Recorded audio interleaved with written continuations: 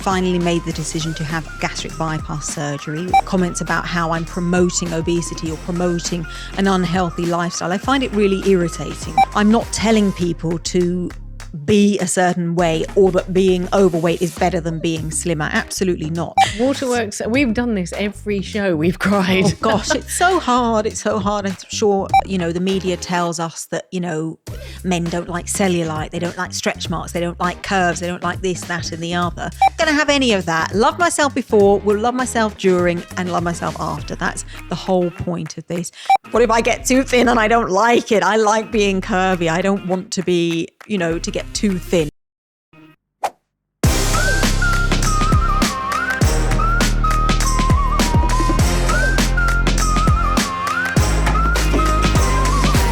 Welcome to the She Word.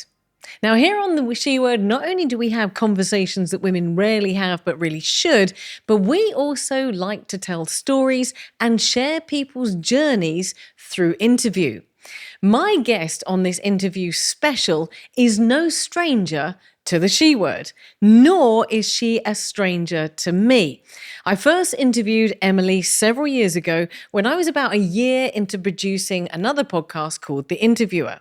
More recently, Emily Jones, or Miss Jones as she's known on Instagram, has been a guest on the follow-up interview, but also the last show of the last season of the She Word, Women in Adult Entertainment. Why would I be interviewing Emily again, you might ask? Well, as a brief recap, Maltese English Emily was living in London back in the days before COVID, when she was diagnosed with the excruciating and debilitating conditions acute arthritis and fibromyalgia. These conditions were so severe, Emily found herself literally disabled. As I mentioned, this all happened long before COVID was even heard of. And despite holding a prestigious London city job, working from home was not an option. Emily found herself not only in pain, but also without a job. And on top of that, when things really couldn't get any worse, Emily was also told that her mum had a cancer diagnosis. So Emily up sticks, came back to Malta to be with her parents. And as a testimony to Emily's resilience, she turned to OnlyFans and built herself a plus-size profile, literally, establishing herself as one of the top 1% of content creators. And this is where I picked up the story the first time round. And then, about a year after this beautiful interview, Emily posted that her mum had passed away and literally disappeared. Just over a year after that, Emily Jones comes back onto Instagram with a big smile in a blue bikini.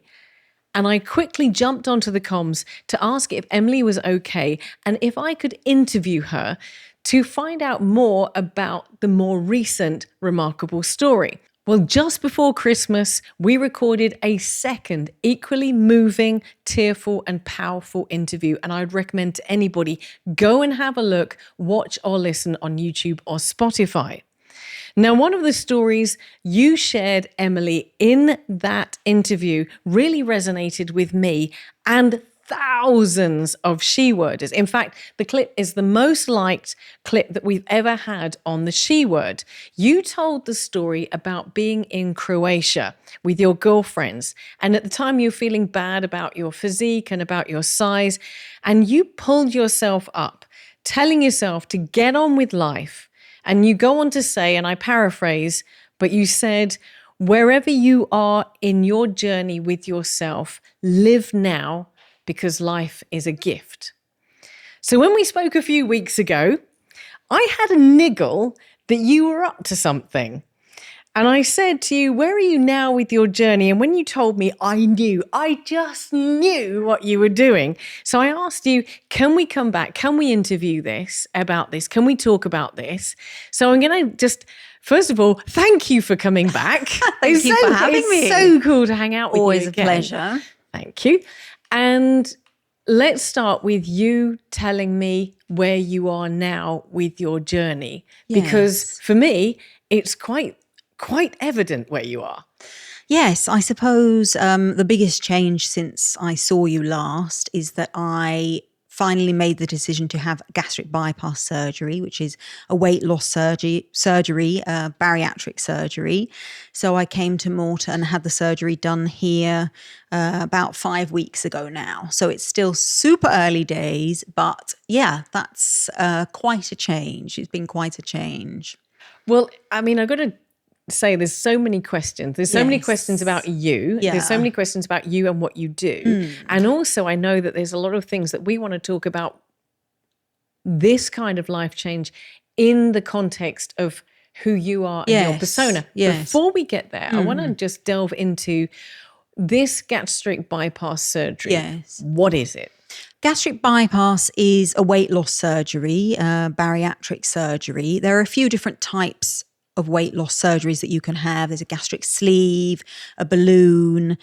People do have the sleeve done, but the balloon is considered to be a little bit outdated these days. But gastric bypass is what they would call the gold standard of weight loss surgeries. And that's what I've had done. So it basically, without getting too technical about it, but it's... No, be technical. Bring it on, bring it on. I'm not sure I'm the right person to have that conversation, but it's essentially rejigging your stomach, making your stomach a lot smaller, and then sort of reattaching part of it in a different way so that you bypass a large part of the stomach and that you won't use anymore, basically, after the gastric bypass surgery. Okay. If that makes any sense. But essentially, it makes your stomach a lot smaller. So obviously, that's going to have a big change in terms of what you can eat and how much you can eat, which is really where the weight loss element comes in. But besides that, it also gives people who are obese or have morbid obesity the opportunity to reset their hunger hormones and their stomach hormones, which is a physiological change that comes about with the surgery that I think a lot of people aren't so aware of. And I think it's very important to show people or to let people know that when you are at a certain weight and want to try to lose weight, that whilst there's a certain amount of things that you can do on your own, it does become extremely difficult, and it kind of feels that your body is working against you, trying to kind of keep you at that higher weight. So weight loss becomes very difficult. Keeping the weight off is even more difficult. As somebody who's been up and down in weight more than a yo-yo, it's a surgery that will be certainly life-changing for weight management. Well, you've already answered my next question, which is Right. why do that instead of going on a diet? Yes. I want to delve a little. You said something just a second ago. I've never heard of this before. Yes. Hunger hormones. Yes, that's right. What is so that?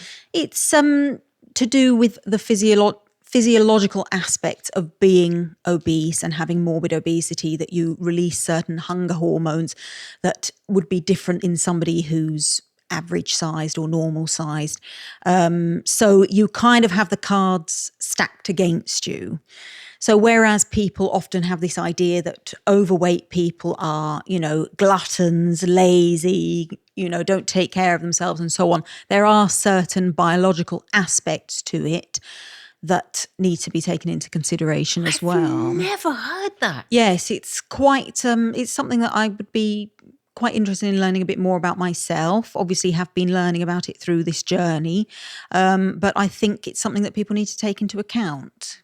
So you're not the first person that we've had on the She Word that's had this procedure. Right. We did a show, I think it was back in season 2, we're talking about body modification. Right. And Teresa Anna came on and she said something very similar to you. She didn't mention the hunger hormones, but she said basically when you get to a point, weight loss is really hard because your body wants to stay at that weight. Yeah, that's right. It's really hard, almost impossible. Certainly you can maybe get to a certain point where you've lost some weight, but for me personally, that weight would still be overweight. If I lost 20 kilos from my highest weight, I would still be considered to be very overweight. And also, it's very hard to keep it off. very hard to keep it off. The body is constantly fighting back, trying to get back up to that higher weight. So it does become quite a tough battle. I'm not saying that people can't do it, but it's extremely difficult. So many questions. Before we go into the how you got there and this journey that you're on right now, yes. I just want to touch again on this procedure. Yeah. Because it is invasive. And I want to just find out, I spoke to you, I mean, like I say, we spoke. Yes. And you told me that you were having gastric bypass. Yeah. And I was like, I knew it. Yeah. Somehow I knew it from the last time we spoke. You mentioned that you were going to be here doing something. And I said, I wonder if that's what it is. Yeah. We also spoke shortly after your surgery, and we were talking about what you could and couldn't do, because right after the surgery, what you can take on board, what you can consume is very, very limited, isn't it? It's a very harsh process, and I think people have the wrong idea thinking that weight loss surgery is the easy way out. I mean, you hear this so many times, but I think it's actually a lot more difficult physically and mentally also than people realise. So in terms of recovery, I actually found the recovery from the procedure to actually be quite straightforward in terms of pain and so on. I found it to be very manageable. I'm not sure if I'm alone in that, but I certainly found it to be a lot easier than I was expecting. I thought I'd be, in bed for a lot longer, but no, I was up and out quite quickly after the surgery, which was a surprise to me. The most difficult thing is the food and what you can and can't have. It's a very strict process of what you're allowed to eat and reintroducing certain foods into the diet. And as I say, I'm only 5 weeks out of surgery, so I'm still very much learning, but you do learn as you're going along. You start out, actually, I would say that maybe the most difficult part of the whole process is the pre-op diet that you have to do.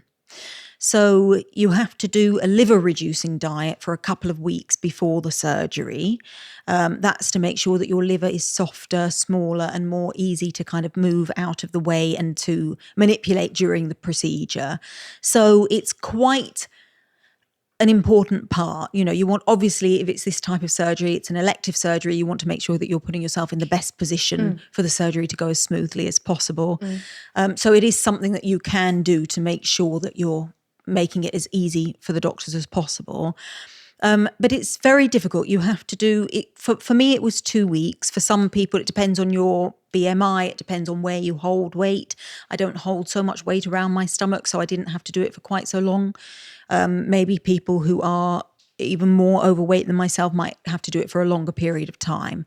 But essentially, it's a very low-calorie diet, and you kind of have to just wake up one day and get on with it.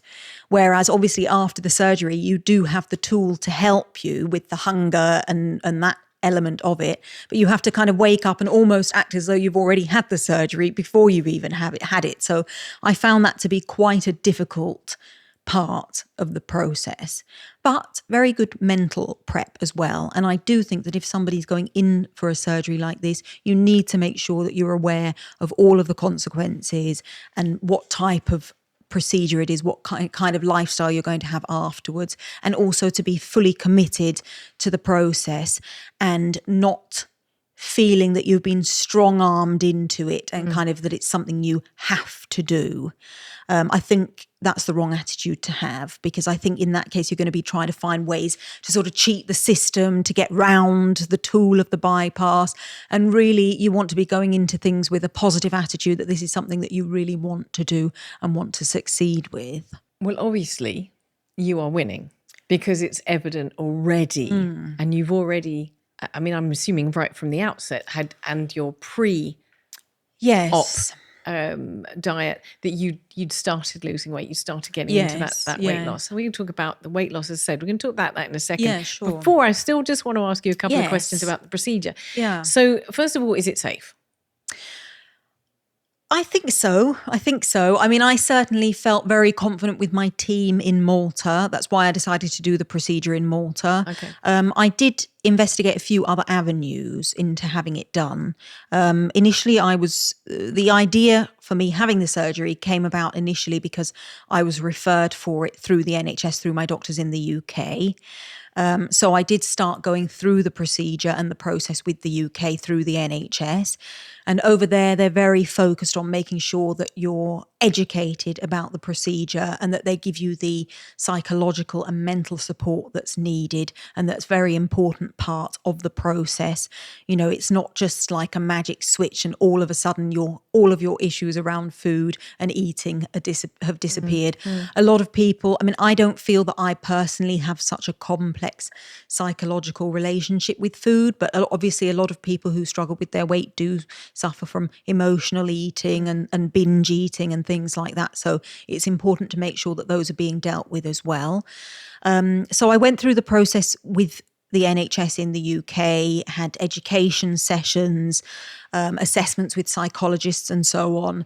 And then it sort of got to the point where I was at my final, I was just going in for my first and final face-to-face appointment with the surgeon so that I could properly be approved and put on the list for the surgery.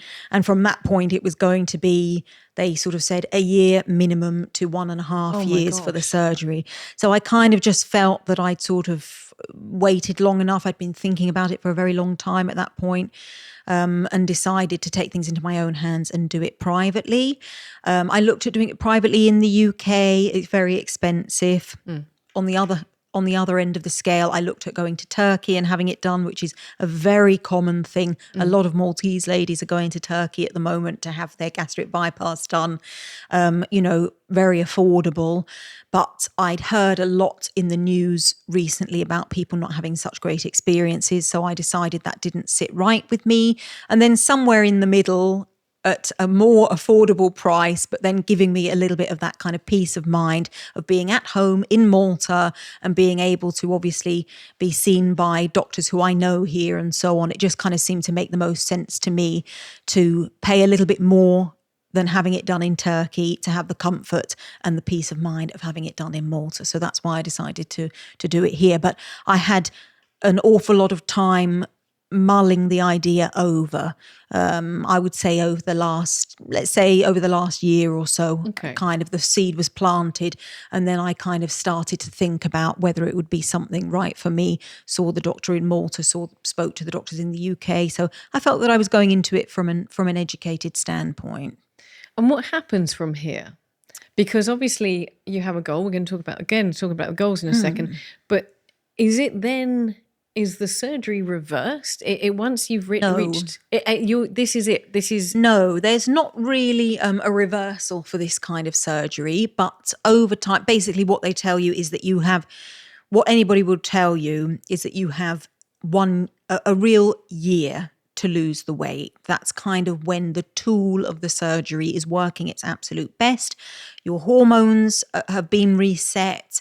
Your stomach is the smallest it's going to be. And over time, the stomach will kind of start to expand a little bit more. So it's important to kind of try to utilize the tool of the surgery as best you can and get the most weight loss that you can within that first year when it's really working the best. Eventually, after about, I think they normally say about 2 years, the effects of the surgery start to kind of wear off, and most people start to be able to kind of eat a normal diet again at about that mark. So you do have to be careful. It's definitely something that needs to be maintained. I think that's also a common misconception, that once you've had the weight loss surgery, you're never going to gain any weight back and that it's just going to be easy for you from there on out. But the reality is that something like 30 to 40% of people put back quite a significant amount of weight from their lowest point post-op. So it is something that you need to keep up with. But personally, I feel that as somebody who's kind of had ups and downs with my weight many, many times over the years, I know that as somebody prone to weight gain, even if I sort of just dieted and got down to a low weight, that I would have to kind of be watching my weight forever to kind of, I'm sure lots of people know exactly what I'm talking about, that, the struggle is always there. So I'm pretty sure most women who are watching this or listening to this will very happily identify with that. That is not something that's unique. Yeah. So I kind of feel that would be something that I would have to do even if I lost the weight, so let's say naturally. It's something that you've got to keep up with and keep on top of anyway. So something that I'm kind of prepared for, but it's something to bear in mind. Well, Emily, that's the what. Yes. That's the big news. That's the what. Yes. That's what I got super excited about. And I want to now look into kind of more of the backstory to this and everything else that's going on. And we've chatted about this a little bit, but I think there are many people that will be mistaken for thinking that you encourage this plus size life. Yeah. This is where you came in on social media. It's where you came in on OnlyFans and you built that life. But you also built that life because you were also dealing with these debilitating conditions, which obviously had a physical effect on you as well. Yeah. But in actual fact, this is not true. You've never encouraged a plus size life. Your size, as we've mentioned, was symptomatic and related to other health issues that you were facing. In the last interview, you clearly state, and go and listen to this, because you clearly state that you are not encouraging anyone to be plus size or obese or whatever. No. You say, don't wait until you are where you want to be to start living, and you'll get where you want to be. Yeah. That is what you stated so clearly in that interview. But where does this life change leave you as a plus size content creator? Because I'm guessing that, this really is how you're known. Yes. Well, thank you for highlighting that point. I have to say that of all the comments that I receive, the ones that bother me the most are comments about how I'm promoting obesity or promoting an unhealthy lifestyle. I find it really irritating, to be honest. I'm not telling people to be a certain way or that being overweight is better than being slimmer. Absolutely not. It's more to do with the fact that that's me, that's what I look like, and I just want to show that I'm out there living life and not letting it hold me back in the way that I know it holds a lot of other people back, and men and women. It kind of stops people from getting out there and living their life, and I think that's always been the message that I'd like to get across. Where does that leave me in terms of content? Now, I have to say that in this time that I was deciding whether I did want to go ahead with the surgery or not, this is something that I've been thinking about for a long time and kind of struggling with a little bit mentally. I even, when I was having conversations with my surgeon who I did have the surgery with, I did sort of say to him, I think my case is a little bit different in that this is not coming from a place of hating my body or hating myself. To the contrary, I quite like myself. I like the way I look, and I was kind of a little bit bothered about maybe getting a bit too thin. A long way to go until we get to that point, but that's certainly something that I've been thinking about, because being plus size, being curvy has always been such a big part of my DNA. But I think ultimately the message has always been about, as you pointed out, about loving yourself at whatever stage of the journey you're at. I think there will be certain challenges that come with my rapidly changing body as well. And I think that it will be maybe a slightly different angle on the content side. But ultimately, I had to kind of think to myself that I've got to live life for myself. I know that my followers will be there following along the way and coming along on this journey with me, and we'll navigate it together and we'll see how things go. But the truth is that I really don't know how things are going to end up. I don't know what I'm going to be looking like at the end of the process once I've lost the weight or lost some weight. I don't know how it's going to make me feel. And I think it's going to be very interesting for people to come along on that journey with me, and we'll figure it out together. But ultimately, I had to think about myself and my health and how I was feeling about things, and take that decision. And I hope my followers will support me in that. Well, before we come to your followers, let me pick that apart a little bit more, because you just said something really, really interesting. Right. You sat down with your surgeon and you said to him, I'm not doing this because I'm unhappy with myself. And you've built this hundreds of thousands of followers, and it's still a profile that's growing all the time Yeah. as a plus size content creator. So that's not why you're doing this. No. Why are you doing this? I think- what made that decision? Yeah. What made you say, I need to do something? Yes. Anybody who's been following me will know that I've kind of had some ups and downs with my weight whilst I've been on Instagram. You know, whilst I've been a content creator, I've had ups and downs. I was feeling really good about where I was with my weight before my parents passed away. And then after that, I started to gain some weight and I started to feel a little bit uncomfortable. And I think that's something that I'd never really felt before with my weight. I never really felt very uncomfortable. I felt quite full of life, full of vitality, very energetic. It's never really held me back from doing much kind of physically, never really had any problems related to it. Obviously, I'm getting a little bit older, so, you know, we all know things change as the sands of time go by. Oh, yeah. I also, something that I'm exploring at the moment is that I am working towards a formal diagnosis of lipedema. I'm not sure if we've spoken about this No, before. I don't even know what that is. What is that? Lipedema is it translates literally as a disease of the fat, and it basically means it's something like 1 in 11 women suffer from lipedema. It's a very painful type of fat deposit that builds up in your arms and legs and gives your arms and legs a very characteristic shape, which I am the poster child for lipedema. I'm somewhat lucky in that has then helped me to have this hourglass shape that I'm kind of known for. So I don't carry so much weight around my waist, but it is a lot of it in my arms and legs. And I felt as I've been getting older and I feel as I've been kind of going through this traumatic life experience, I just kind of felt that this lipedema was getting worse and worse. And it's painful and uncomfortable and kind of giving me this feeling that I'm dragging around this uncomfortable weight with me. Lipedema can somewhat be managed by lifestyle factors, but it's very difficult to see any change. In fact, some people will say that there is no change from any lifestyle factors whatsoever. It's a medical condition. The only way to really remove it is to have it cut out, to have a specific kind of water-assisted liposuction. It's extremely painful. One surgery is not normally enough, and it's pretty much always has to be done privately.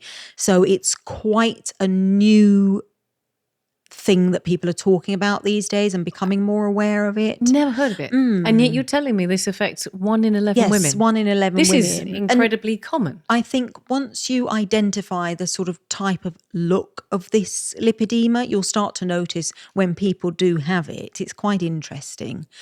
And basically at my weight, if I did want to have some help with the lipedema, they would recommend that you have a weight loss surgery first to see where your weight settles and how the lipedema responds first and foremost, and then deal with the aftermath of that further down the line. Another thing that I feel, and this is a little bit more woo-woo, a little bit maybe a little bit silly to some people, but perhaps it will resonate with some others who've been through some traumatic life experience. I just felt that all of this trauma that I've been going through in my personal life, the looking after my mum and seeing her through her cancer diagnosis and care, excuse me, and everything that came along with that, her passing, and then my dad's sudden passing after that as well, and a few other things going on behind the scenes. I just felt that my body has been holding on so tight to all of this physical manifestation of this trauma. You know, they say that the body knows. Yeah. And obviously, as you mentioned, I already suffer from inflammatory arthritis and fibromyalgia, both conditions that are very much affected by your mental well-being, stress hormones, stress triggers, and so on. So I just felt that I couldn't shift this metaphorical weight along with the physical weight. It seemed like I was kind of trying to get myself back on track with things and to be a little bit healthier with my choices. And no matter what I was doing, I felt like I was kind of pushing up against a brick wall. So I just decided that it was time to get the monkey off my back and to give myself the opportunity to shed some of that weight that I felt was just weighing down so heavy on my shoulders, and time for a new lease of life and a new era, basically. So that was kind of, a big reason for me spiritually, if you want to call it that, why I felt that this was going to be the right thing for me. And speaking about my mum and dad, it's going to be hard not to get upset here, but when I was taking the decision to have the surgery, I just felt like I just really wanted to talk to my mum about it. Oh dear, always waterworks when we're on it. Waterworks, we've done this every show, we've cried. Oh gosh, it's so hard. It's so hard. I'm sure, a lot of your listeners will have a close relationship with their mum and know that the relationship that you have with your mum can be so special. And I just felt like I wanted her to tell me whether it was going to be the right thing to do. How did you navigate that in the absence? I mean, for anybody, again, anybody who's watching this, go back and watch the interview that we had come out just a couple of months ago, because you talk so powerfully about this trauma, this trauma of your mum passed away, and then just 6 weeks later, your father passes away, literally from a broken heart. And for you, you're left in that situation where you've just lost both of your parents, and your mum had a prolonged cancer journey.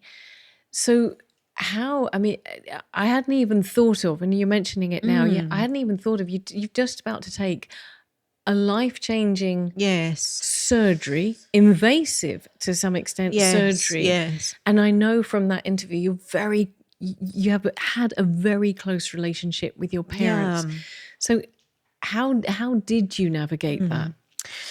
I think I just sort of took my time with it. I spent a lot of time talking about it over and over with my friends. They're probably sick of hearing me talk about it now, but, a lot of reflection. And I think, everybody gets to a stage in life. It doesn't really matter whether you're 12 or 20 or 40, 50, whatever, where, this relationship with your parents, or this wanting, this needing for your mum. It's so emotional because I often think about when my mum was unwell. Her parents passed away a long time ago, but even when my mum was unwell, that she would ask for her mum. And I spoke about this on my TikTok recently, but it's such a bitter pill to swallow. It's such a kind of knife to the heart to see somebody longing for their mother, and I think, not to get political, but thinking about all the things that are going on in the world at the moment as well, it's so, oh gosh, life can be full of pain, can't it? It can be. And for you, Emily, I'm just going to say that one of the reasons I keep coming back to interview with you is because through all of these challenges that you've had, which is by far more than anybody's fair share, and you have kept smiling, kept being resilient, kept pushing forward, and you've kept putting your best Emily out there. And for that, I think that is a remarkable testimony, not just to yourself, but it's also a remarkable story to share and encourage and empower other women. Because as you said, you know, you've lost your parents, you've been through these debilitating physical conditions, and yet you're still saying, I'm up, I'm still coming back, I'm still going to put out my very best. And that's why this whole journey of now where you're going to put yourself forward and put your best self forward is really empowering, and talking about it is really encouraging. Thank you for saying that. I feel that that's something that I can offer to the world, you know, in terms of showing that through the dark times, there's still some happiness to be had. There's still, you know, I'm not going out without a fight. Let's put it that way. I'm not going down without a fight. But, you know, I would like to point out that I'm not, through talking about this, I don't want to encourage, the same way I don't feel that I'm encouraging obesity, as people like to put it, or encouraging an unhealthy lifestyle. I'm not encouraging people to go and have the surgery either. It's a very personal decision. It's a very serious operation. You've got to really think about what you want and how you feel in your body, and, you know, and take the best decision for yourself at the end of the day. That's all you can do. And make the best decision for yourself. And that's what I feel I've done after some reflection time and kind of thinking what my mum and dad would have to say about it if I did put the points forward to them. So, and you've obviously gone through that rationale. You just pointed that out, that you were thinking about what would your mum and dad have said, and obviously they would have been very proud. I hope so. Don't start me off again. I didn't bring the tissues. Yes, I know, but it's something that I think about a lot with what I do, and I think I feel quite confident that I always try to be true to myself, whatever kind of phase I'm at that time. What if you could start your journey over? Start here and start again there. That's how life works, in a circular way. We understand the importance of circles, and that's why you are at the heart of ours. Find your way to wellness with Browns. I think one of the things that really struck me from the very first time I met you, in the very first interview that we did together, and we've gone through a 3-year journey. Yeah, I know, it's amazing, isn't it? It is, yeah. But one of the things that struck me is that you have been incredibly open. And I have no doubt that through your openness, even with regards to this surgery and the journey, the thought process that you're going through, it will encourage other women to either think about it or not think about it. Yeah. Because, as you said, it's very invasive. It's is. very serious surgery. It is. And you've just mentioned it's not something, I've got the surgery and suddenly you've lost weight. No. It's everything else that goes with it as well. Yeah, that's right. But it is taking you on this journey. And I want to continue talking about this journey a little bit. I'm going to ask a really basic question. Yes, go on. You have already lost significant weight. So my yes, two we last saw questions each there, other, because we're yeah. going to talk about the followers in a second. But how has that impacted you on your day-to-day confidence? Do you feel more confident That's yet? a good question. Because you're already a very confident woman. You're happy in your own skin. I have to be quite honest and say that no, not really. Wow. I don't know. I think I've always preached that you should be confident whatever stage you're at, and I think that that's never been something that I've just kind of said. It's been something that I feel that I've been a living example of, and no, I don't think so. I think that at the moment I'm surprised at how energetic I'm feeling in general, that was a big surprise to me, because I thought that because I would be eating so little that I wouldn't feel very energetic and that I would feel really fatigued, but surprisingly not. I'm feeling kind of full of beans. But I don't really put that to the weight loss. I think it's all relative as well. Do you know what I mean? Because obviously for a lot of people watching this, probably thinking, well, she's still got a long way to go. And I do.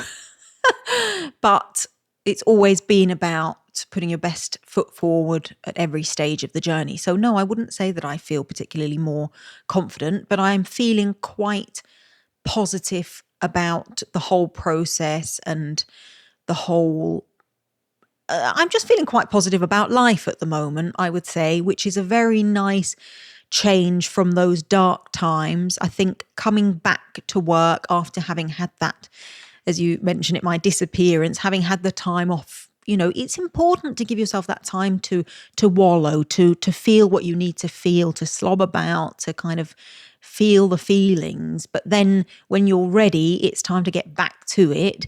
That's what I've done. And as work has become busier and my message is getting across to more and more people every day, I feel that gives me some strength and the confidence. I feel that kind of gives me a good boost, and I find it to be very encouraging and very motivational. But you also mentioned that this surgery was almost a benchmark. It was okay, we're done with that. And now here's a new attitude, a new approach. And I've been through all this terrible trauma. Yes. And it's kind of almost like a bit of a reset button. Yeah, I would say so. I think ultimately the truth of the matter is that I was struggling with managing my weight on my own. And I just kind of started looking around and seeing that a lot of people who were maybe in the same type of position as me, same kind of weight as me, seemed to be getting some help with it. So obviously we know that it's kind of been an epidemic of sorts of people on Ozempic and Manjaro and all of these weight loss injections and so on. Oh, wow. No, I don't know anything about these. Okay. Okay.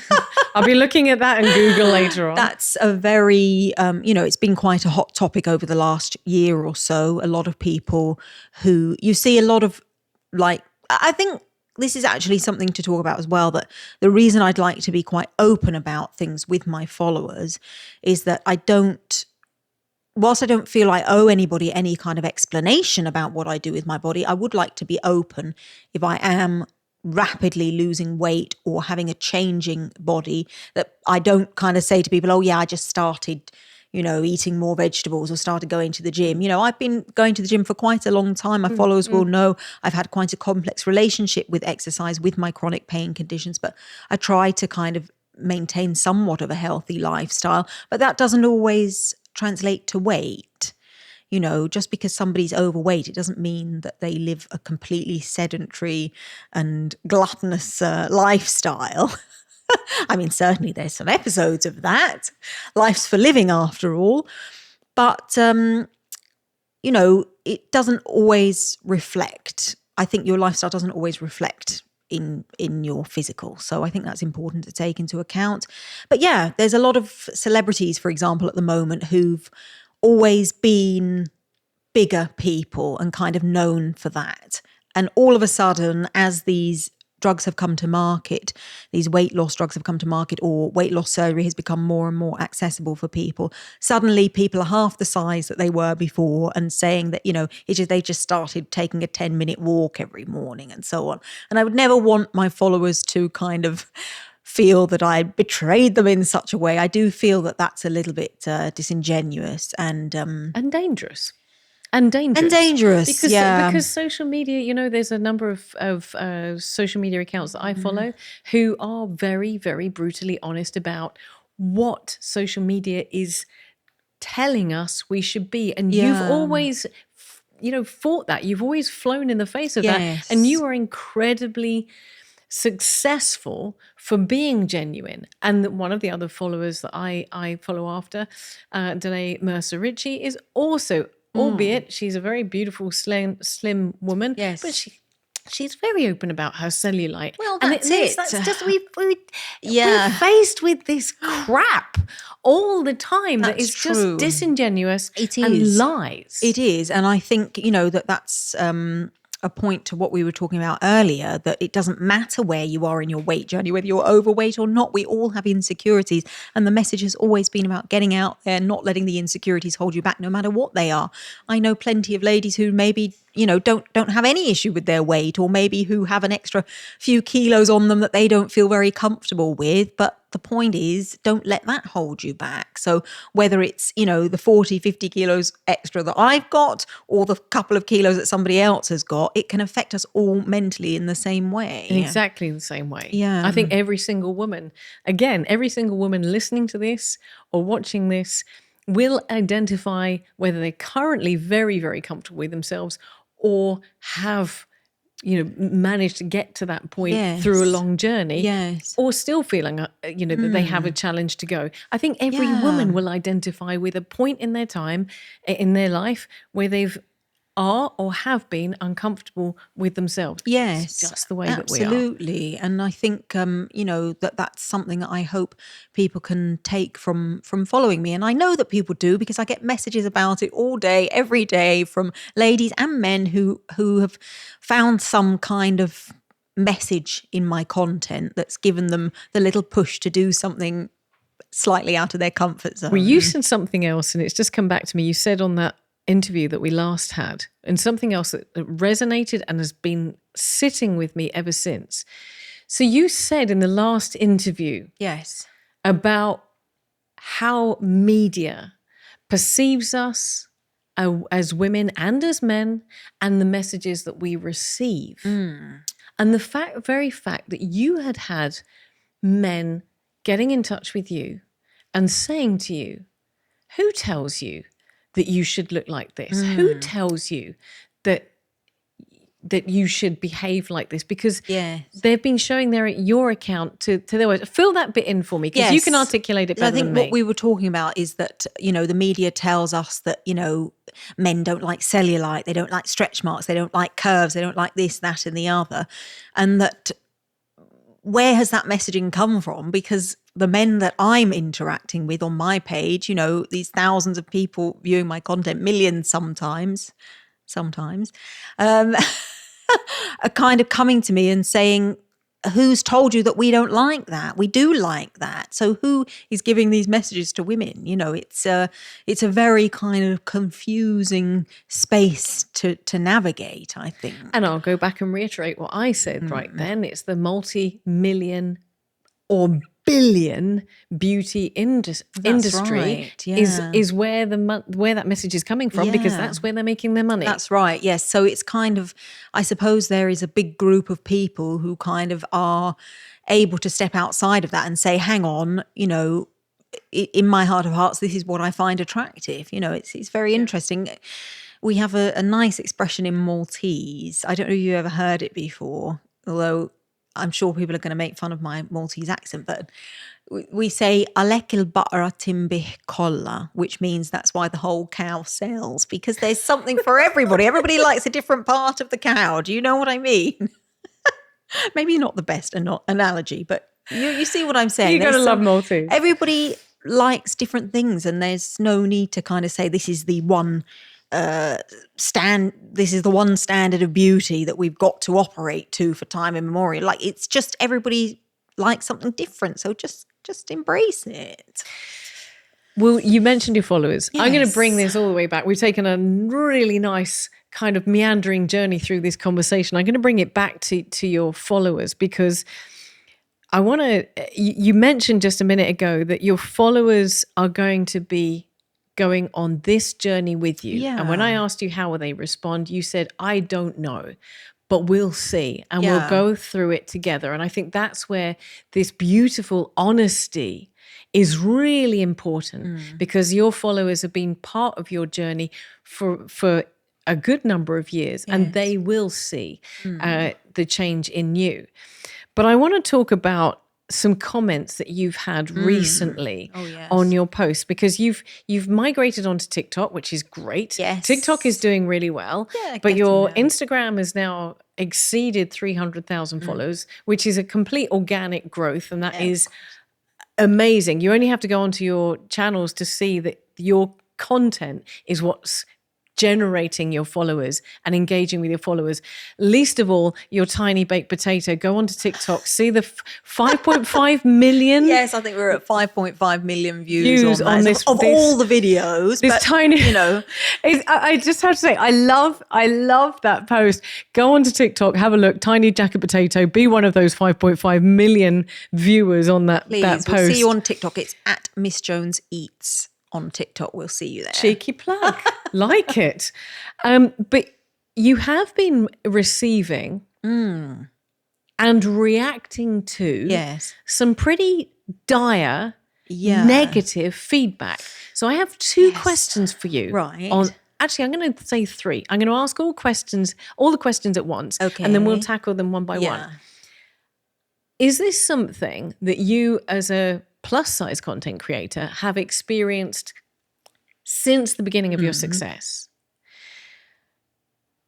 Have you started to respond to them, or let's put it another way, are you getting more confident to respond to those comments through the journey that you're on at the moment? And how are you seeing those comments affecting you and what you do? So let's start off with, have these comments always happened? I've always had a mixed bag of comments. I think there's always a bit of an influx of them when maybe you're in some local press, for example, or you have an article come out, or you're doing something with a little bit more exposure. But definitely since my reach on Instagram at the moment has really had a boom in the last few months. I think my videos are just reaching an awful lot more people than they ever have before, which is obviously great as a content creator. You want people to see your content.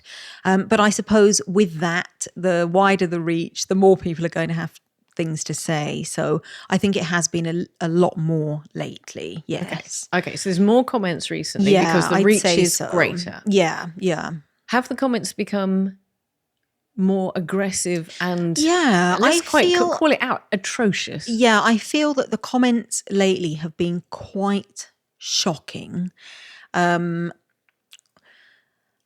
think the reason why I highlight them is because I think the bullies need to be called out, to be completely honest. I think that people are so happy to comment on things and to say disgusting things behind a keyboard where they can kind of hide themselves away behind their profile picture, or they think that, that they're doing some great justice to mankind by talking about how disgusting fat people are. And I just kind of think, no, I'm going to post your name, your username, I'm going to post your comment, and I'm going to show people and highlight just what a coward you are.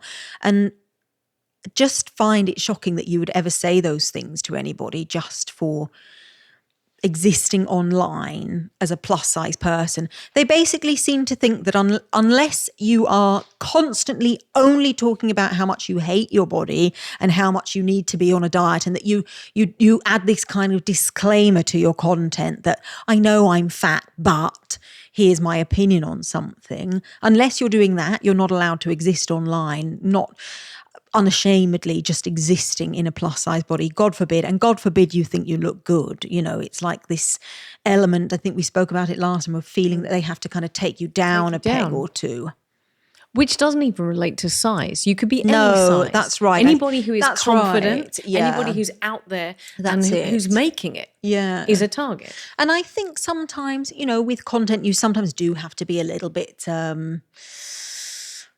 controversial, isn't it? A little bit inflammatory, but it's just interesting to see how wound up it gets people. It's crazy. It's crazy. So then my other question that I mentioned a second ago is has this process that you're going through at the moment, has that affected how you're responding to those comments? Would you have ignored them in the past? Would you have just bypassed them in the past? Were you all, because I'm seeing more. Yeah. I know you said there's more comments. Yes. But I are think you there feeling are more confident and empowered to respond to them, or has that always been there? I think it's always been there. I think to a certain extent, if there's a few comments, then whatever, I can kind of let it slide. But I think when they're kind of coming one after the other in droves, all sort of, insisting that you're disgusting and that you must stink and this and that, and that you obviously don't take care of yourself. And I'm like, excuse me, have you seen my skin? Have you seen my hair? What's telling you that a fat person never takes care of themselves? Do you know what I mean? They've just got this idea that fat people are just these slobs who never do their skincare, don't wash themselves, don't take care of themselves. And it's like, come on, give me a break. Just because you're overweight doesn't mean that you don't have any respect for yourself. It's just one element of being a person on this planet that's spinning around in the universe. Do you know what I mean? It's like, oh gosh, it's so... I think that winds me up That winds me up the most. Yeah. Well, I just Yeah, think I'm seeing that. it's this trope, that fat people are sitting around on the sofa all day, shoveling crisps and hamburgers into their mouth, getting up once a week to maybe potter to the shower, and, that they are not washing their nooks and crannies. It's just horrible. And it's just so ridiculous. And I think it's just, I mean, you could call me many things, but I don't think you could call me a slob. So it's just like, where is this coming from? It's just ridiculous. Emily, aside from being a content creator, and I'm asking you as a person, Yes. as a content creator, you respond to this abuse, online abuse, beautifully. You call out these comments, you don't let them slide, you identify who they are, and you come back and you say, you're going to bully me, I'm going to put you out there and you're going to have to pay for that. But you as a woman, as an individual, when you're sitting there on a Thursday night and you're thinking about how your week has been and what you're doing on the weekend, Yes. and you see those comments, Yes. how does that affect you as a person? Oh, Because I think a lot of people, when they see content creators, forget that they are actual people who have their own challenges and their own vulnerability. Yes, sure. I mean, to a certain extent, sometimes it might kind of get to you in some ways, but I do feel that through doing this, being in this line of work, that, my skin has toughened up a lot with it. So I'm certainly not kind of sitting around thinking about it in relation to myself and my own body confidence and my own confidence in myself. It's more that I find it upsetting and sad knowing that there are other people out there who might be getting the same types of comments, or who see those comments on my posts and think to themselves, oh gosh, that must be what people think about me. That's the type of thing that kind of gets me. And I also just kind of feel a little bit like, just live and let live, just accept that some people find different things attractive, and that you don't just have to kind of fit this cookie cutter, and that not all fat people are dirty. And I say those comments have been really, really atrocious, haven't yeah, they? I find them to be quite shameful. And another comment that I've started getting a lot is a lot of people talking about how I'm not going to live to see 30. It's like, okay, well, I'm well past 30 at this point, but thank you, Botox. So I take that as a compliment. But, talking about how you're not going to be around any longer to be a nuisance anyway, so don't worry about it. And I just think it's disgusting. It's like you're wishing something so horrible onto somebody. And I just think it's pathetic. Is there Basically. ever any comeback when you call these people out? Do they come back? Do they know they're being called out? Sometimes, yeah. Sometimes they double down. Sometimes they kind of might delete their comments, which is quite a common one. But at the end of the day, if people want to have the conversation, I think it kind of highlights that we still, as a society, have an awful lot of work to do with regards to respecting diversity and respecting that people are different from one another, and that not only one thing can be true about people. I love what you said just a minute ago about, okay, you have a metaphorical thick skin or a tougher skin, but you're also concerned about the influence that their comments have on other people who are in their positions. And one thing that we've been talking throughout this interview, but every single interview that I've done with you, I keep coming back and saying, those people making those comments don't know your journey. They haven't taken time to invest to understand your journey. And whether or not, you just mentioned you've accelerated past 300,000 followers on Instagram. So it's unlikely that the people making the comments have taken the time to go back and see your posts from previous. That's right. Actually, that can also be a frustrating part of it, because I kind of think to myself, I know that if they knew me in person, or they even, had any kind of interaction with me in person, that I'm none of the things that they're talking about or that they're trying to push on to me.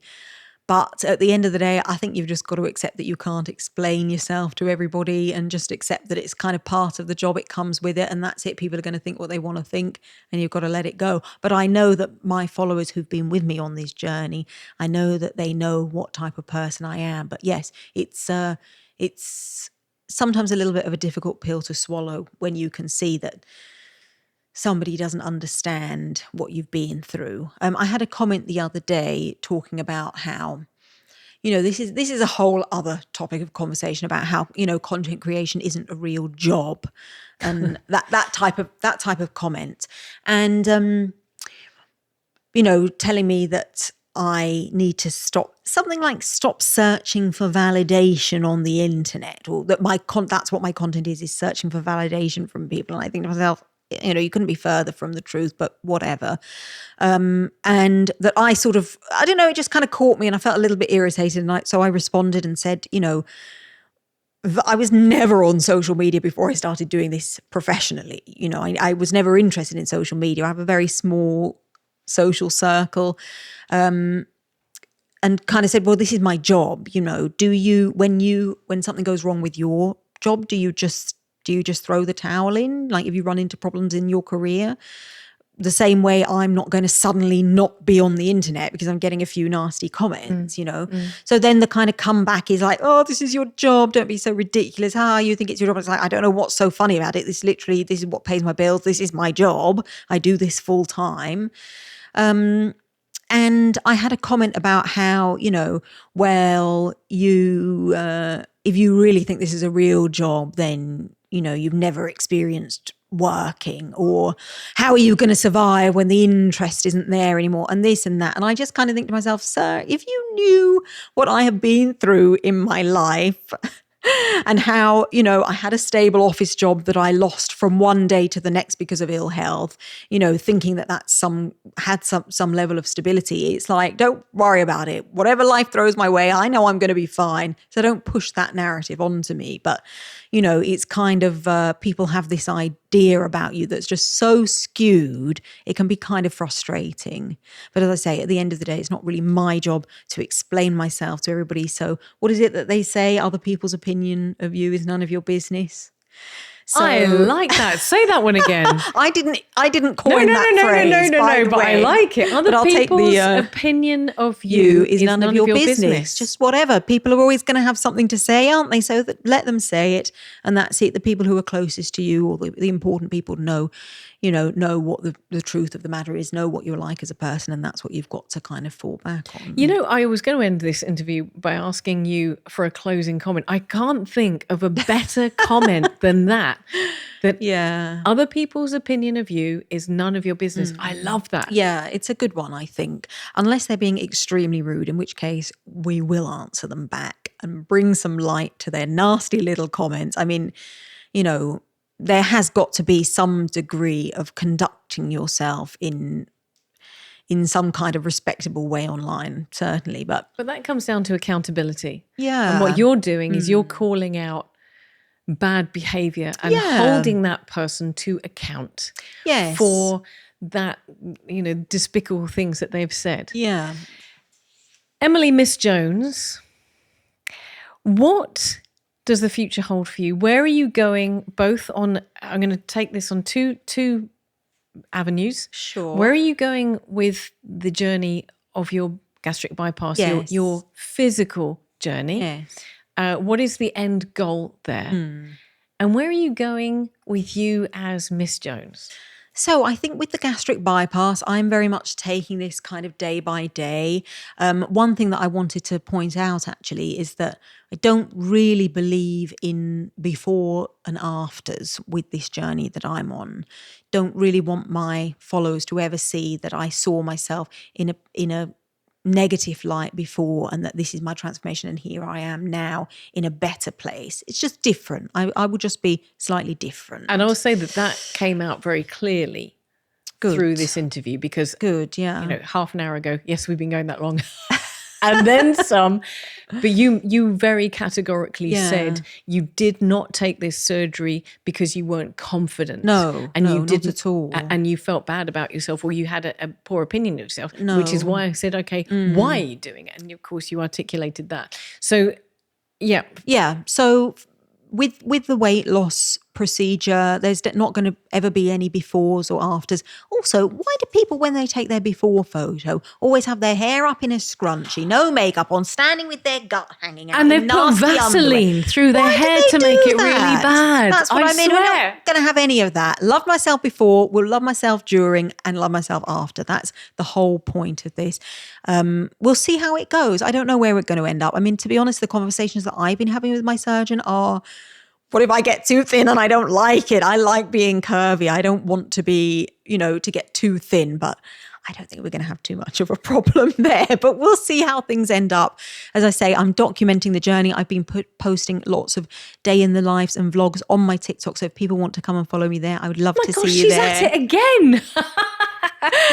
But, I'm trying to give an honest account of things. So far, I've found things to be quite smooth sailing. I know that there's going to be some difficulty with the what's the word I'm looking, consolidating the mind and the physical. It's not always there, because sometimes you kind of go out and see something or smell something that seems delicious and you want to have it, but you can't eat it. So it's kind of strange that you've still got that desire there. But I think over time, that kind of, the surgery tool helps to reset your habits so that you're kind of leaning towards a healthier lifestyle all round. So we'll see where we go, but I'll be documenting it every step of the way. So TikTok. Yeah, follow me on TikTok at Miss Jones Eats. You might have seen my quite controversial videos on there about We Are Maltese. If you haven't, go and watch them. You'll know what I'm talking about. And with regards to my personal brand, Miss Jones is leaning very much into the travel content at the moment. Very much want to show people all of the adventures that I'm going on in the world, and showing that you can do that as a plus size person as well, and that you deserve to live confidently and to get the most out of life. I would like to take my followers with me along on these adventures, and also show people around Malta. People have been very interested, all about Maltese culture, Maltese history, and all of our wonderful and quirky traditions. So I'd love to lean into that a little bit more and become more of a poster girl for our beautiful islands. And and hopefully travel around the world and take everybody with me along the way. So Yeah, I'll come. Emily, that would be great. Listen, thank you so much for coming and sharing this new part and stage of your journey. Yes, thank you for having me. I can't wait to see what adventures you're going to be going on over the next 6 months and years. We're going to stay in touch, because I think there's some exciting things coming up this year. I think so. Yeah, it's going to be very interesting to see how things pan out. And also, I'm anticipating that with a rapidly changing body, that there's going to be certain other insecurities that might come up, so let's see how we navigate that. It's a new era. Let's see how it goes.